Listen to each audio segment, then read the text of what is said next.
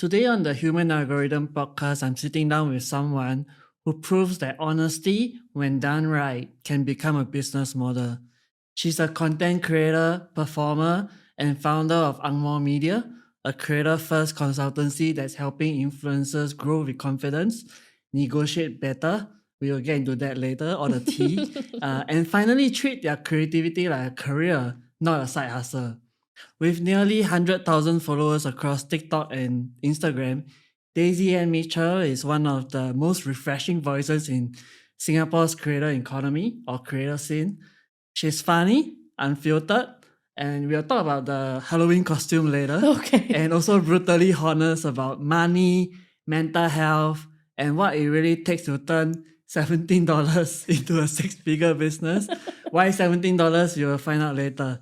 So Daisy, welcome to the Human Algorithm podcast. Thank you. That's like the best introduction anyone has ever given. And I didn't send anything over to Sean before this either. You're all over Google. Like, I just typed your name and you're over Google. Oh God, that's something I need to actually look into and make sure all the good things are out there and not the questionable stuff. Thanks for having me. I haven't found any questionable stuff. Okay, I good. will ask you about it. Yeah, you can. I'm apparently very honest and transparent. This is where you're going to find out all the tea. So maybe let's start from the beginning, right? Okay. What is something that people don't know about you when they look at your feed? Something that's not created or you never posted before? I know that everyone that comes on your podcast has issues answering this question, and me too. This is the one where I was like, what do I say? Yeah. I think it's interesting when you're a content creator, and especially if you're multi-hyphenated, like a lot of the people in our industry are. You feel like you share a lot and you feel like you share everything, but what people remember you for can often be surprising. So a lot of people might know me as like that Angmo that speaks English or the girl that shares her monthly income online. Some people might know me for like my theater work, which I do post online.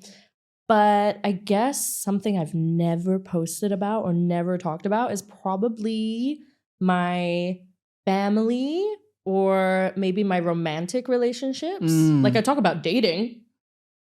I talk about dating a lot, but now I'm dating someone. Aww. So I don't talk about that though. So I'm like, some things you just gotta keep for yourself. Like you don't gotta be that nosy, okay? Gotta leave some stuff to the imagination. Yeah. That's a hard question to answer because I feel like I share everything, but then people might not know. Yeah, I remember your passport as well. You shared that. Yeah. I was just so frustrated.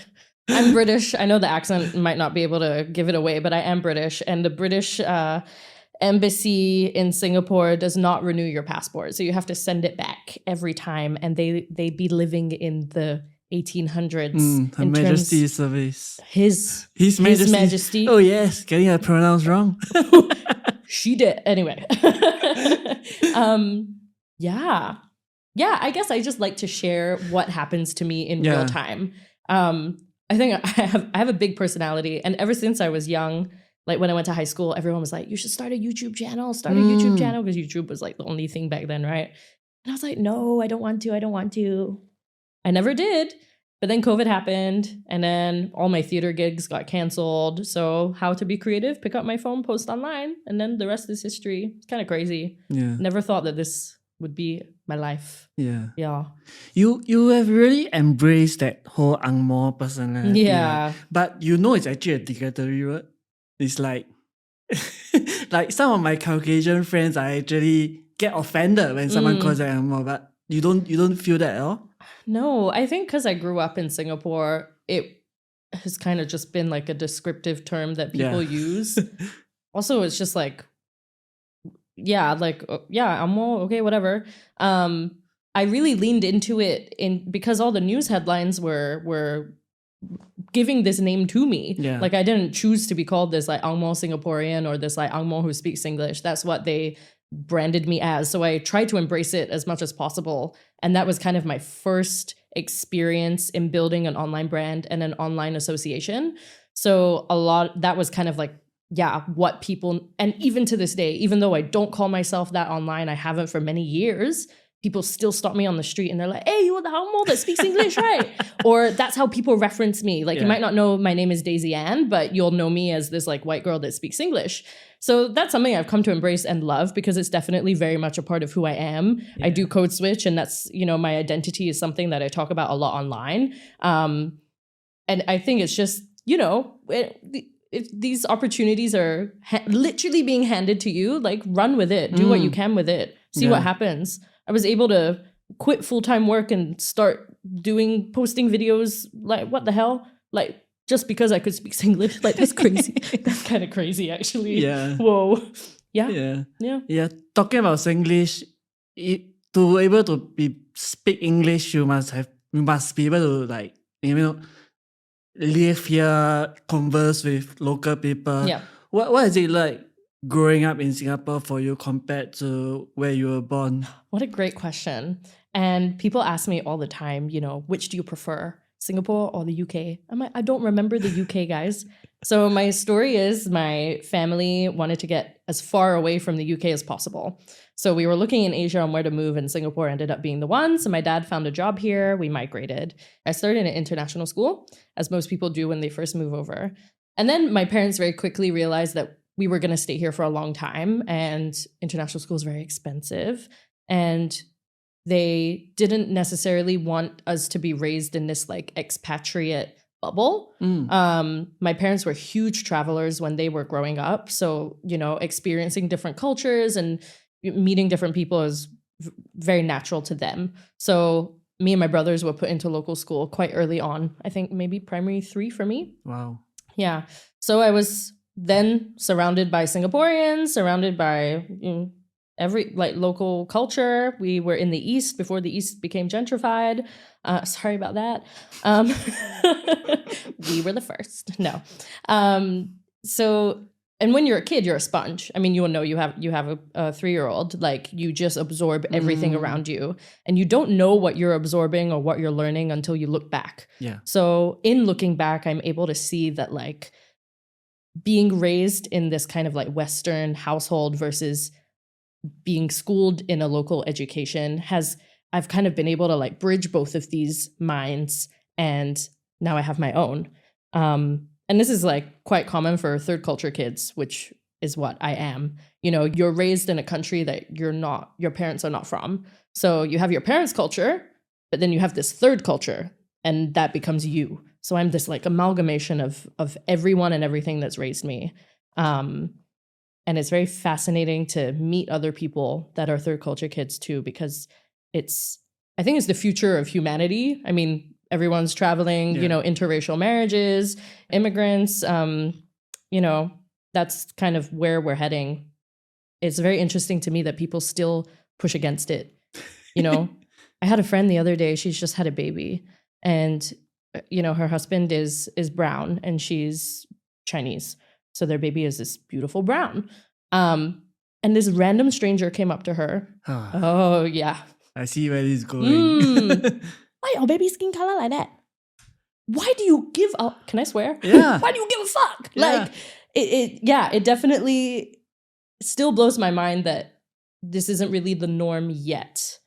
But hopefully it will be. Like blended families also. Yeah. You know? And especially so because we are talking about COVID, right? Like there was this post-COVID, there was this couple that walked down Orchard Road. The guy is Indian, the girl is Chinese. Yep. And this lecturer came up to them and said they shouldn't be together. Yep. It's crazy. It's happening. Also, like, Singapore is branded as this like multicultural, like, literally our government is like, we are a melting pot. Yeah. Like, okay, so yes, embrace it. I don't know. This could be a whole other podcast episode. Yeah. Anyway. But as a third culture kid, did you ever felt out of place? Because you came to Singapore at quite a young age, right? And you know, growing up, I know kids can be nasty, kids can be mean. Did that ever happen to you, like the bullying and all that? You know, you don't know that you're different until somebody points it out to you. So when I went to local school, I went to this quite liberal neighborhood school where there were quite a few foreigners that had been accepted. But But before I went to that school, I actually went to a Catholic local school because I'm baptized Catholic, but my family don't practice. So that was my first experience being singled out for something, because it was a huge culture shock, not only because I was going into a local education system, but also because I was going into a religious one. And I was like, what is this? I don't know what's happening. And I was the only white person in that whole school. So everyone was just like, your freckles, you got cancer. Or anything I would do, if I would drink water in class, tell teacher. If I, we're kids, you want to like draw on your table, then erase it, right? They will tell the teacher, like all this stuff. I lasted 3 months in that school. My parents took me out pretty quick. But yeah, that was kind of a very early on, was then very aware that I was different.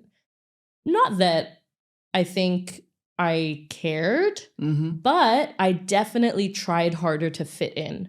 So I definitely like leaned into being Singaporean more so because I knew I was different and I wanted to be accepted. So like speaking in Singlish constantly at school was like something I knew I had to do in order to be understood, in order to be accepted. And I had this huge identity crisis because at home I was speaking in a British accent. At school I was speaking in a Singaporean one. What happens when my friends come over to my house after school? My accent is suddenly like, my parents are like, what's going on with you? Do you hate being English? And then my friends are like, why do you sound like that? I'm just 8 years old. I don't know what's happening to me. So I definitely see now how like being aware of who I was in my surroundings, shaping who I am now. And I would not have it any other way, honestly. I hated it when it was happening, but now looking back, like the things I've learned, I like to think I'm very open-minded and I'm able to see and understand all perspectives and just be a lot more, what's the word I'm looking for?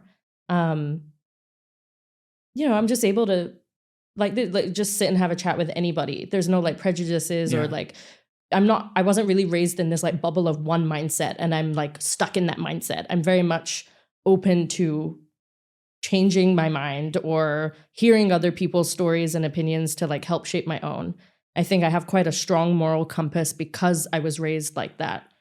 But I didn't know that at the time. It's very wonderful to think about how that kind of all transpired. Yeah. Did anybody help you through that process? Like no. Your teachers? No. So you had to do it all by yourself? Yeah. I mean, I think the first time I ever heard the term third culture kid was when I was 21, which was like, it's a relatively new phrase. I've since done my research on it. Like it's only come up in like the past decade, 15 years. But it was one of my lecturers in college that was like, you're a third culture kid because she's raising one. She's Japanese. Her husband is from somewhere in Europe. Sorry, Akiko, if you're watching this. So their daughter is being raised in Singapore as this mixed baby. So she's a third culture kid. And the way they're raising her is very with that in mind. Whereas my parents didn't think about that when they moved over. It didn't occur to them that like my and my brother's like upbringing would be different. Yeah. So no one really helped me through it. But now I know if I have kids or when I teach kids or interact with children, that it's something I like to be aware of, especially in Singapore. Yeah. Because you don't know where people are from. You don't know if they're born here or what. I don't make those assumptions either. Yeah. And as you grew up, and I was doing my research on you off social media, right? And I realized that you give a lot of interviews around finance. Yeah. And you're not a finance person. I'm not. But you give a lot of interviews around finance. And I think what was interesting for me was how you talk about, picking the cheapest thing on the menu when you grew up, watching your parents struggle with money. As a kid, how did the relationship with money shape you to be the woman that you are now? The woman I am. Oh my God, that's such a good question. Money is something that everyone interacts with on a daily basis. I think it's very interesting that I very accidentally came into this like finance niche. And even then I'm still like, I don't know it. I'm still figuring it out. I just talk about it online. I don't know what I'm talking about, but I just want to talk about it because my parents had such a bad relationship with money and that mindset trickled down to me. I want to kind of break that mold for myself. So I want to create that content for other people that may be in those same similar situations that I was growing up. Yeah, money was always very much a negative in our household. It was associated with stress. It was associated with struggle. And yeah, I mean, not getting into like the details because they don't like me talking about it, but my parents' divorce was also very messy emotionally and financially. So when you're 13 and you're seeing all this and hearing all these things that your parents are saying, you're internalizing it. You don't know. But then when I'm older and suddenly I'm renting, but I don't know what budgeting is. I don't know what it means to not live paycheck to paycheck. Those like things are so hard to unlearn because they're attached to emotion, and like unlearning, those habits are really hard, really hard. It's like anyone going through, I would honestly associate it with mental health. Like going through my mental health journey actually helped me shape my financial journey as well. So that's something I also talk about online, is like my mental health journey. Again, like the more you hear about it, the more you feel seen and like heard, safe, all that kind of stuff. Yeah, I really identify with that because I grew up also a bit like your parents, but my mother was the kind that anything that it's above $50, it would be expensive. She didn't want to spend. She would tell us not to spend that money, or not to. So we had to make do with a lot of things that we weren't like poor, or we weren't like always needing money, but it was just something that she kind of like force us not to spend money. And when I remember when I first got my first credit card, and she assumed that I was not keeping track of my expenses because I had a credit card now. And what she didn't realize was that she didn't teach me how to do that. I had to learn it myself. I was tracking all my expenses myself, like all the credit card. I had to make sure that I pay the bill at the end of the month, the cycle, figuring out all that myself. And now she's telling me that I'm responsible with money. So it was a tough situation when I got my credit card.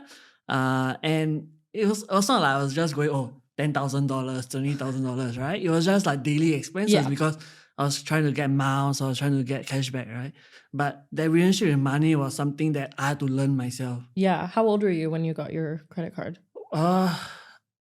22. Oh my God. I wish I was you. I was 22 when I got my first one. Yeah.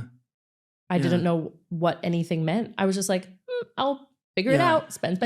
Before I got it, I knew that I didn't have this lesson that was supposed to be taught to me about budgeting and finance, right? So I had to learn it myself. Yourself. That's really good. Before I applied for my first credit card. So being told that I wasn't responsible for money was hurtful. Was hurtful, man.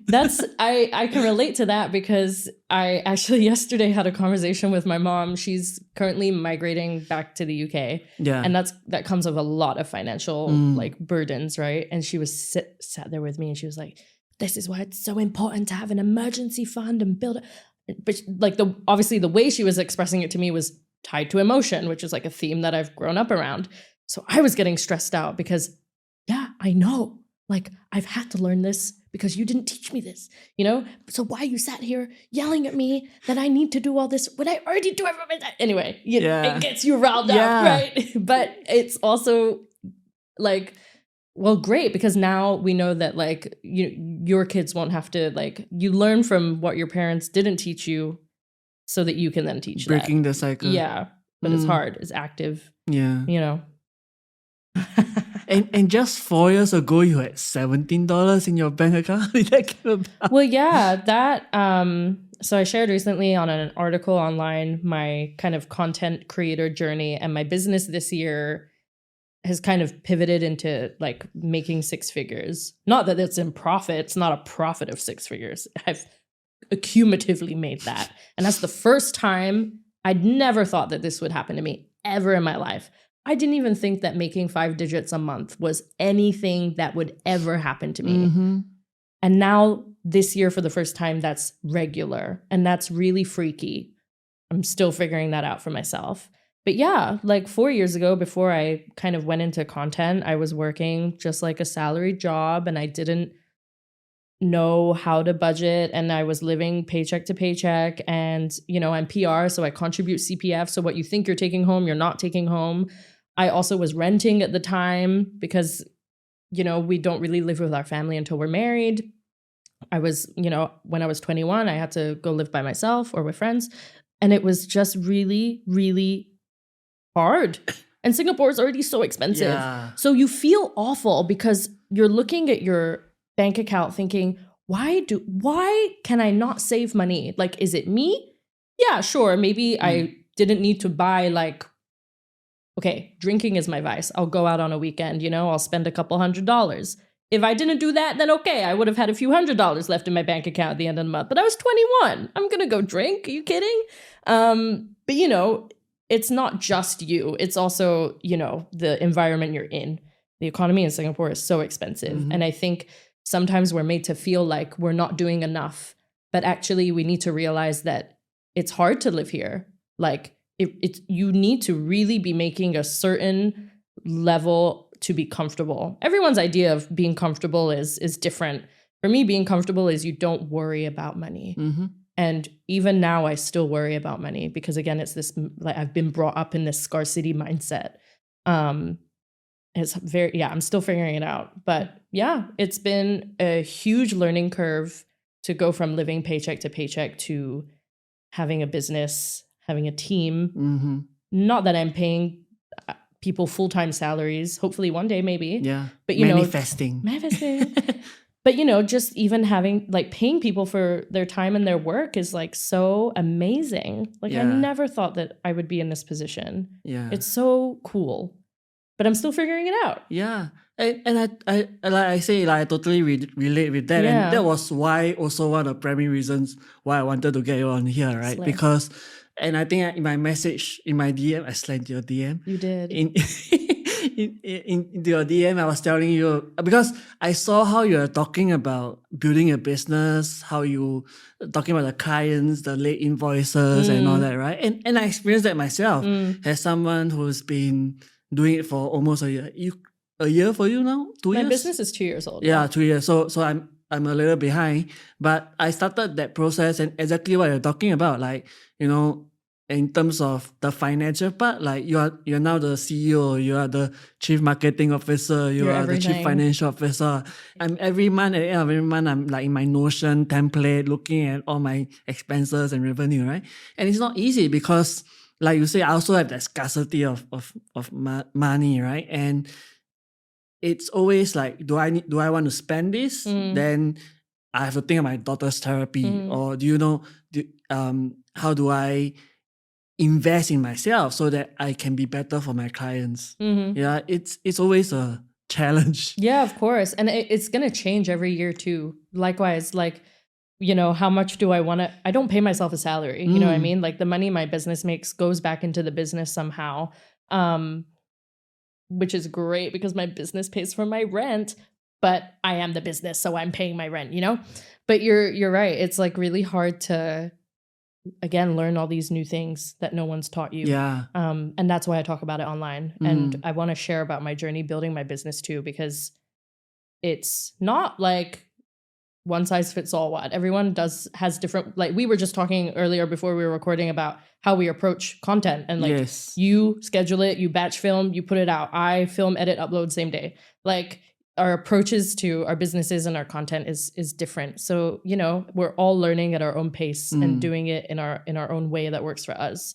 I love Notion. Love a Notion template too. Yeah. Very good. That's a sign to sponsor us, Notion.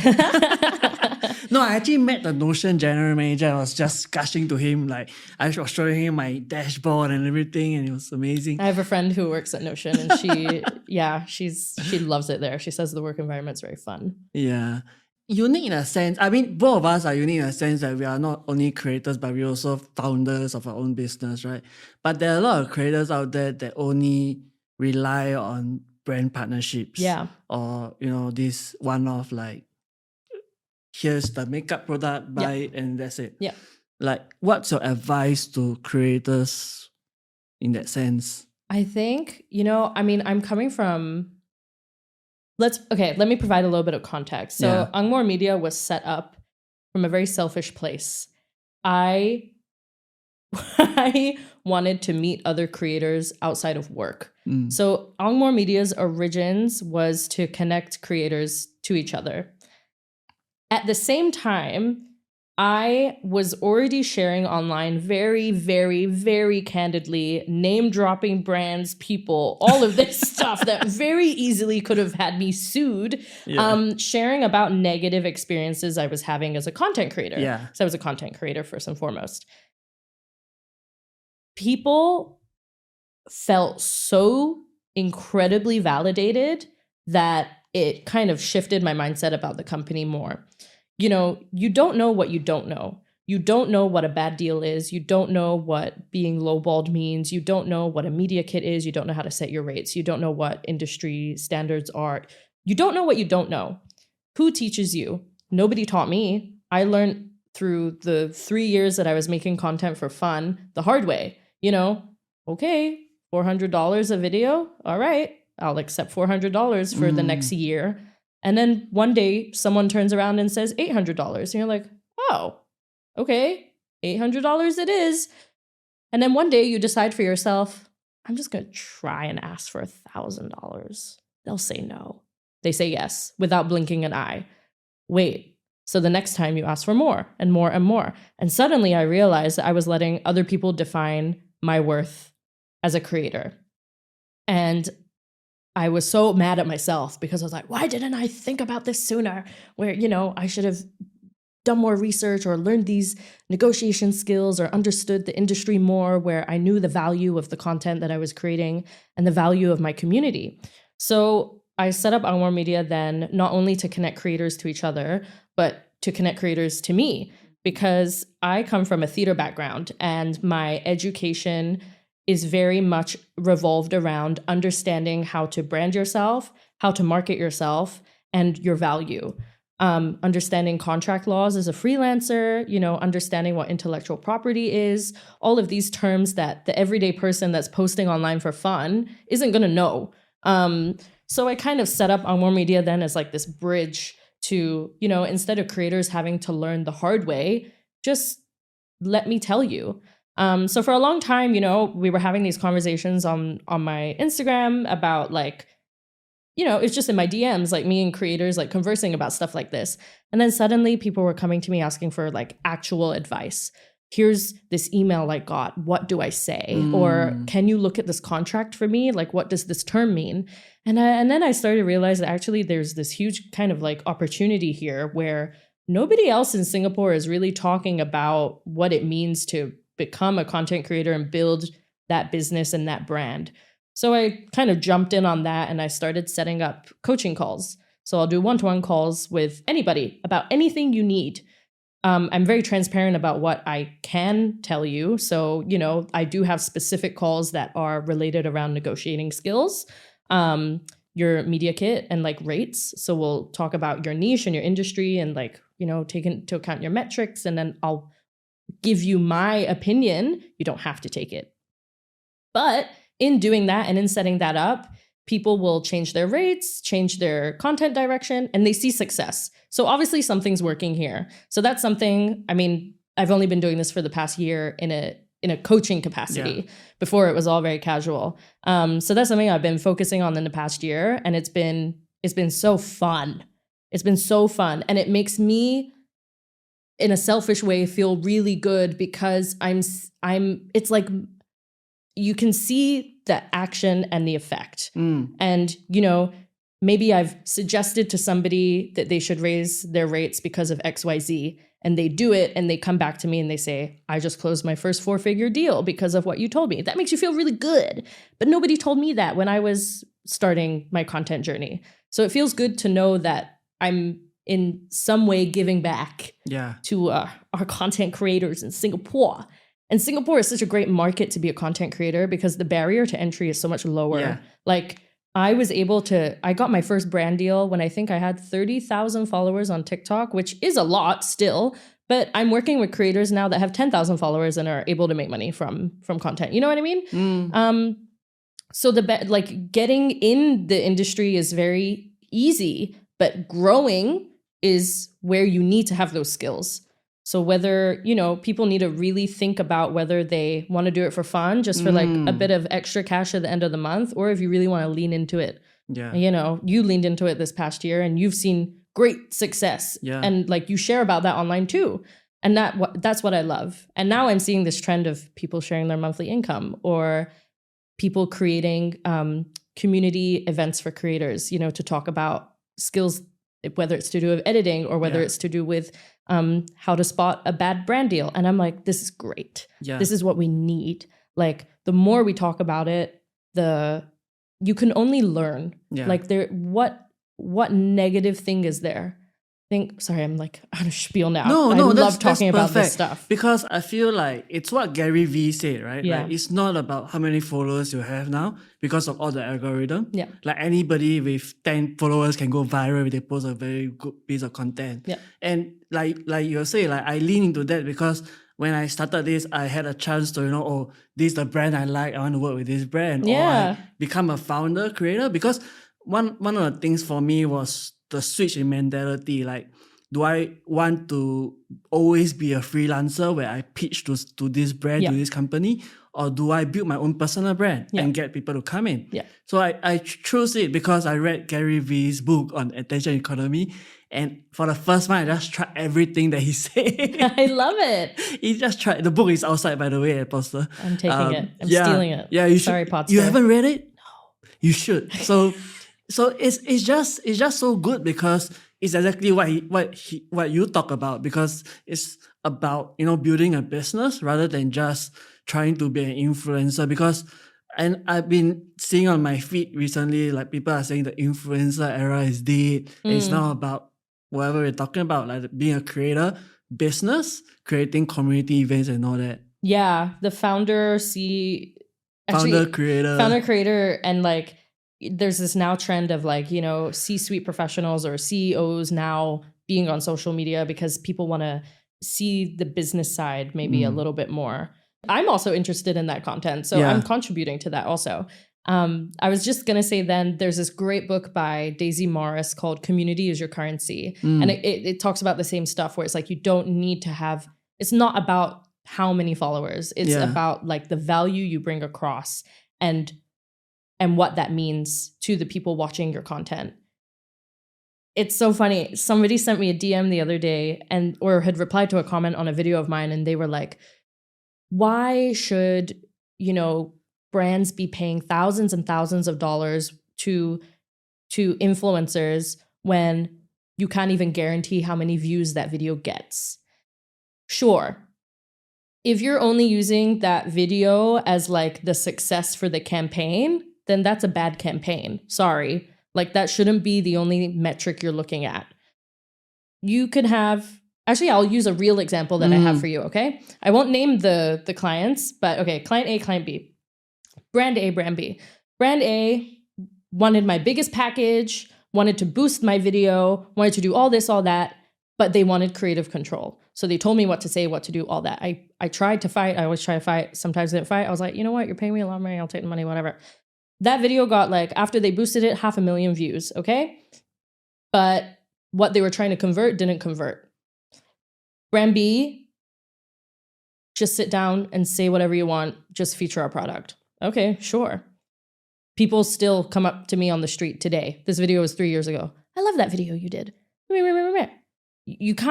It got 6,000 views, by the way. Forgot to mention that video. You can't quantify like the views actually converting anything or meaning anything. Yeah. What if somebody watches your video, this branded video that you did that you think flopped because it got 5,000 views, and they were inspired, they bought the product, they made a video on the product, not being sponsored, and that video gets 1 million views, right? That's still part of, you contributed to that. I can't remember where I was going with this. What was the question? How did we start? I guess at the end of the day, it's not about, it's not really about the numbers. The main thing is vanity metrics, right? Like whether the views matter or whether it's being able to understand the impact you bring. Yeah. So I don't guarantee views unless I have full creative control, because I've been doing this for 3-4 years now. I'm able to take that data and understand where my content performs best. And me personally, my content performs best if I'm able to have full control over what I say, Yeah. how it's edited, how it's captioned, all that kind of stuff. And then I'm able to guarantee you some views. But the second a brand wants to, and sure, like you can obviously have, input, but it's a collaboration. It's not like you're not working with an actor. You're not making a commercial. You're collaborating. You have to like meet somewhere that shows both of the strengths of both people. And that's what will make a great successful campaign. So it's just interesting to like see why people, like a lot of people still see like the number being the most important thing. Yeah. Or like the worth. Yeah, very fascinating. I see the same challenge as well. But I mean, I work in a different way from you because I work with a lot of B2B brands, and also one-on-one coaching with for personal brands, right? And a lot of people, like I was on this I did this coaching call with this client, and less than 2 weeks later, she was like, "Oh, why is my likes not increasing? Why is my impressions not increasing?" And I always tell them, it takes at least 6 months. It does. It takes at least 6 months to gain traction, and you can't expect results overnight. No. So it's always that challenge of trying to explain that to them. You know what I'm gonna say, and this may be really controversial, but I think slow growth has more impact than virality. And I'm seeing now so many people sell, you want to go viral? Spend $900 on my course. I can guarantee you 1 million views if you pay me $1,000. Like, okay, then what? Sure, you made this great video, it went really viral, but like, do I know who you are? Am I invested in your story? Am I gonna see that video and like look at what else you post and actually want to like engage with you and follow and stuff? So similar, like when